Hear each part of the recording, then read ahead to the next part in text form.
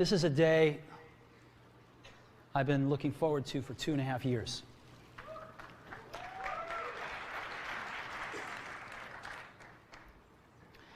Every once in a while, a revolutionary product comes along that changes everything. And Apple has been, well, first of all, one's very fortunate if you get to work on just one of these in your career. Apple's been very fortunate. It's been able to introduce a few of these into the world. In 1984, we introduced the Macintosh. It didn't just change Apple, it changed the whole computer industry.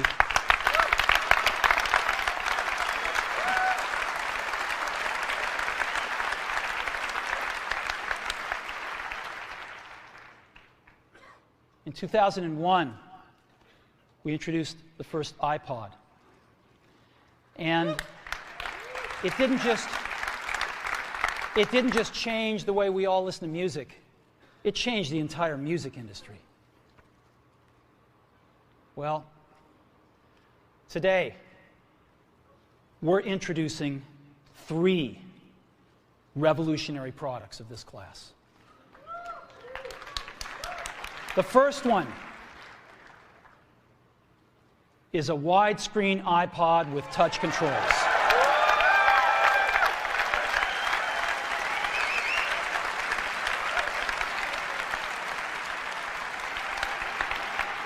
The second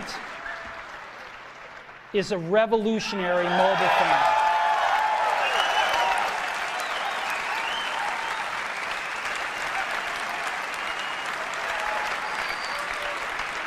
And the third is a breakthrough internet communications device.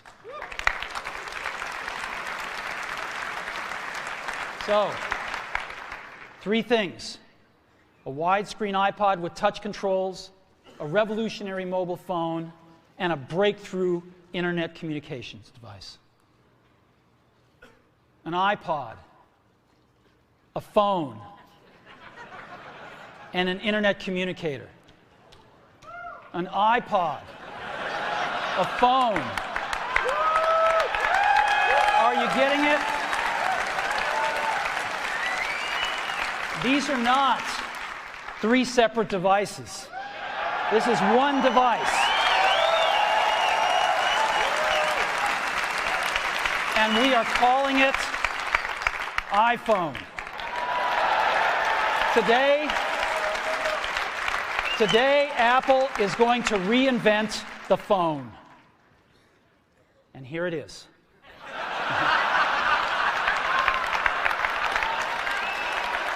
No.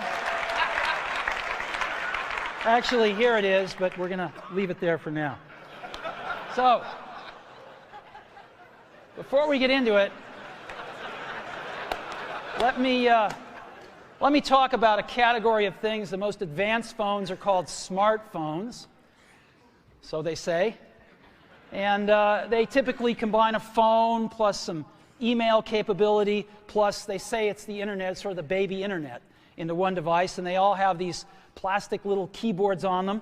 And the problem is that they're not so smart and they're not so easy to use. So if you kind of make a Business School 101 graph of the smart axis and the easy to use axis, regular cell phones are kind of right there. They're not so smart and they're not so easy to use.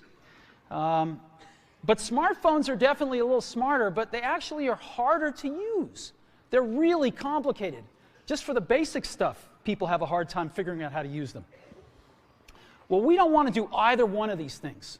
What we want to do is make a leapfrog product that is way smarter than any mobile device has ever been and super easy to use. This is what iPhone is. Okay?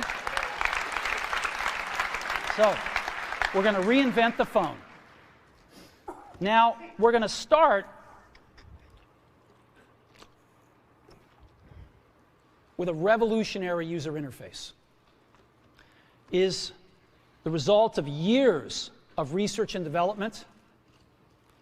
And, of course, it's an interplay of hardware and software.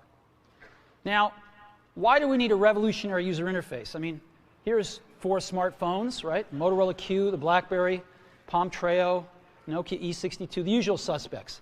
And what's wrong with their user interfaces? Well, the problem with them is really sort of in the bottom 40 there. It's this stuff right here. They all have these keyboards that are there whether you need them or not to be there. And they all have these control buttons that are fixed in plastic and are the same for every application. Well, every application wants a slightly different user interface, a slightly optimized set of buttons just for it. And what happens if you think of a great idea 6 months from now? You can't run around and add a button to these things. They're already shipped. So what do? It doesn't work because the buttons and the controls can't change. They can't change for each application, and they can't change down the road if you think of another great idea you want to add to this product. Well, how do you solve this? It turns out we have solved it. We solved it in computers 20 years ago.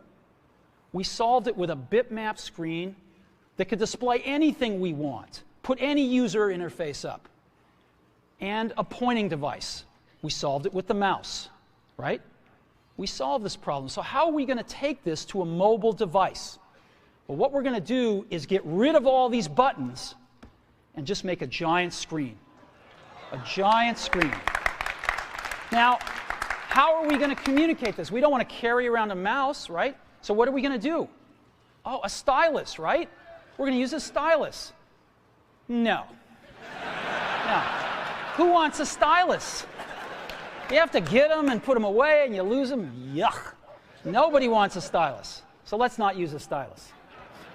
We're going to use the best pointing device in the world. We're going to use a pointing device that we're all born with. We're born with 10 of them. We're going to use our fingers. We're going to touch this with our fingers. And we have invented a new technology called multi-touch, which is phenomenal. It works like magic. You don't need a stylus. It's far more accurate than any touch display that's ever been shipped. It ignores unintended touches. It's super smart. You can do multi-finger gestures on it. And boy, have we patented it.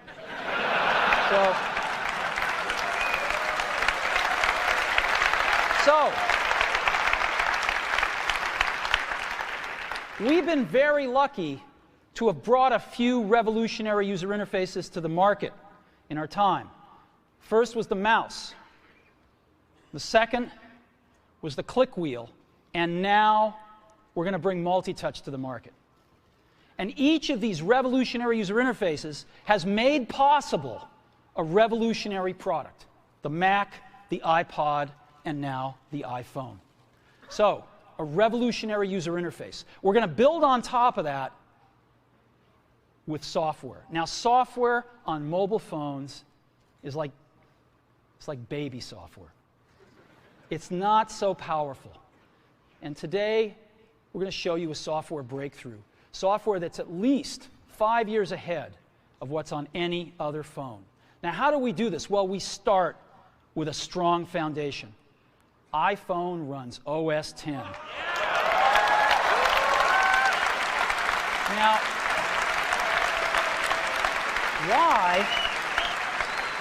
why would we want to run such a sophisticated operating system on a mobile device? Well, because it's got everything we need. It's got multitasking. It's got the best networking. It already knows how to power manage. We've been doing this on mobile computers for years. It's got awesome security and to write apps.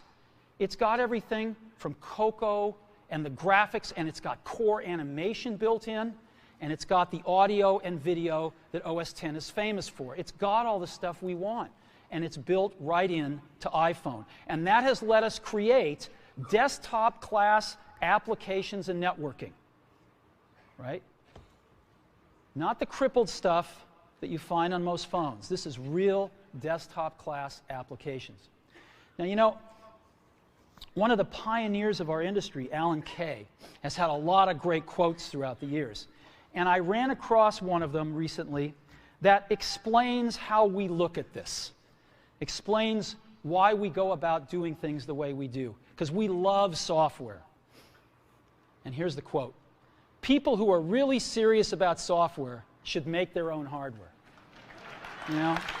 Alan said this 30 years ago, and this is how we feel about it. And so we're bringing breakthrough software to a mobile device for the first time. It's 5 years ahead of anything on any other phone.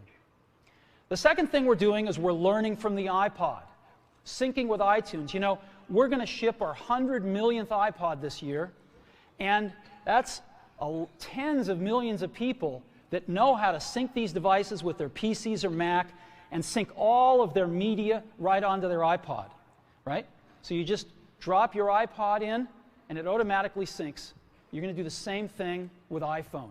It automatically syncs to your PC or Mac right through iTunes. And iTunes is going to sync all your media onto your iPhone, your music, your audiobooks, podcasts, movies, TV shows, music videos, but it also syncs a ton of data.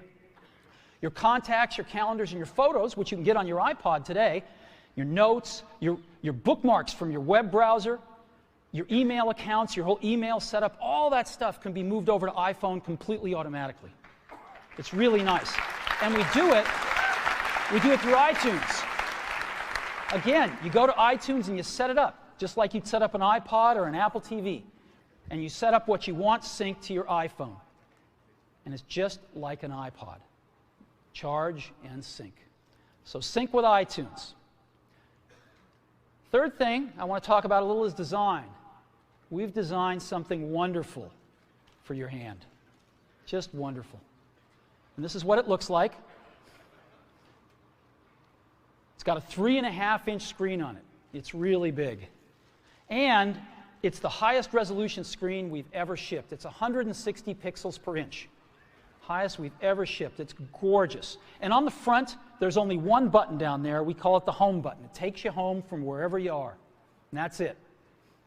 Let's take a look at the side. It's really thin. It's thinner than any smartphone out there at 11.6 millimeters. Thinner than the Q, thinner than the Blackjack, thinner than all of them. It's really nice. And we got some controls on the side. We got a little switch for ring and silent. We've got a volume up and down control. Let's look at the back. On the back, the biggest thing of note is we got a 2-megapixel camera built right in. The other side, and we're back on the front. So let's take a look at the top now. We've got a headset jack, 3.5 millimeter. All your iPod headphones fit right in. We've got a little tray for your SIM card. And we've got one switch for sleep and wake. Just push it to go to sleep, push it to wake up. Let's take a look at the bottom. We've got a speaker, we've got a microphone, and we've got our 30-pin iPod connector. So that's the bottom. Now, we've also got some stuff you can't see. We've got 3 really advanced sensors built into this phone. The first one is a proximity sensor. It senses when physical objects get close. So when you bring iPhone up to your ear to take a phone call, it turns off the display and it turns off the touch sensor instantly. Well, why do you want to do that? Well, 1, to save battery, but 2, so you don't get spurious inputs from your face into the touch screen. Just automatically turns them off, take it away, boom, it's back on. So it's got a proximity sensor built in. It's got an ambient light sensor as well. We sense the ambient lighting conditions and adjust the brightness of the display to match the ambient lighting conditions. Again, better user experience, saves power. And the third thing we've got is an accelerometer, so that we can tell when you switch from portrait to landscape.